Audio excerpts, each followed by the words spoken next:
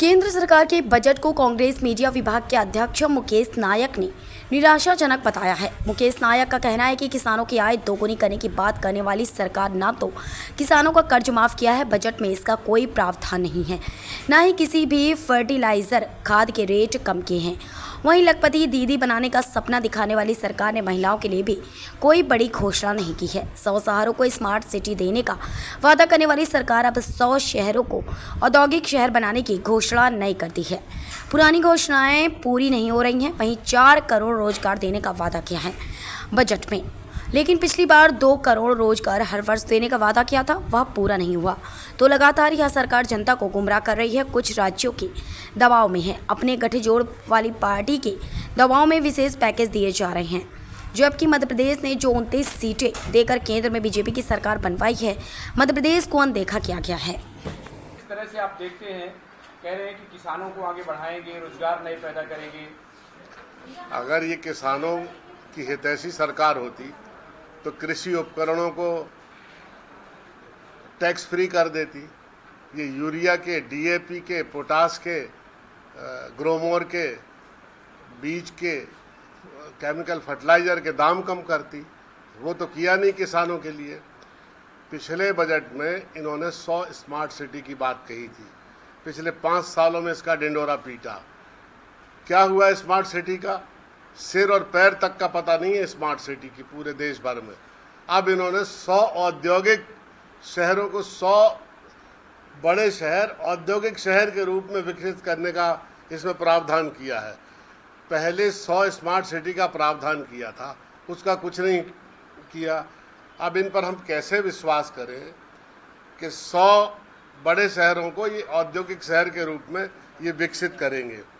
किसानों की कर्ज माफी का इन्होंने कुछ नहीं किया।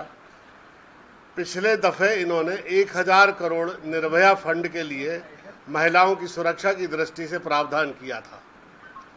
कहाँ गए 1000 करोड़ निर्भया फंड के? क्या किया उसका? कोई अकाउंटेबिलिटी नहीं है, आज तक उसका कोई पता नहीं है। 12 से 15 लाख तक की आय वाले मध्यम वर्गीय लोगों पर इन्होंने 20% टैक्स लगाया है। सबसे ज़्यादा इस देश में अगर परेशान है तो मध्यम वर्गीय लोग परेशान हैं, और उन पर 20% टैक्स लगाना उन पर अन्याय है। लखपति दीदियों का क्या हुआ? इन्होंने कहा था लखपति दीदियां बनाएंगे पूरे भारत में और महिला सशक्तिकरण की दिशा में एक नया आयाम जोड़ेंगे। मुझे बता दें कि उसके इंटरनल क्रिएशन का क्या हुआ, उसकी आंतरिक संरचना का क्या हुआ। इस पूरे बजट में अगर आप ध्यान से देखें तो ये राजनीतिक बजट है, और इसमें एक राजनीतिक तुष्टि राज्यों की करने का ध्यान ज़्यादा है। और इस पूरे बजट में मध्य प्रदेश को इन्होंने अनदेखा किया, मध्य प्रदेश की उपेक्षा की है। ये कह रहे हैं कि जीडीपी ग्रोथ रेट 7% है, जो केवल छलावा है। ये ग्रोथ रेट का जो आकलन है ये मैदानी गतिविधियों पर आधारित नहीं है, बिल्कुल छलावा है। ये कह रहे हैं कि $5 ट्रिलियन की इकोनॉमी ये बनाने के लिए तैयारी कर रहे हैं। वर्तमान में जो ग्रोथ रेट है ये 6% के आसपास है, और जो समय सीमा $5 ट्रिलियन की इन्होंने निर्धारित की है उसके हिसाब से तो इन्हें 20 साल लग जाएंगे, इससे कम समय नहीं लगेगा। आज अनिवार्य उपभोक्ता सामग्री की महंगाई दर 8% है, और जनरल महंगाई 5% बढ़ी है।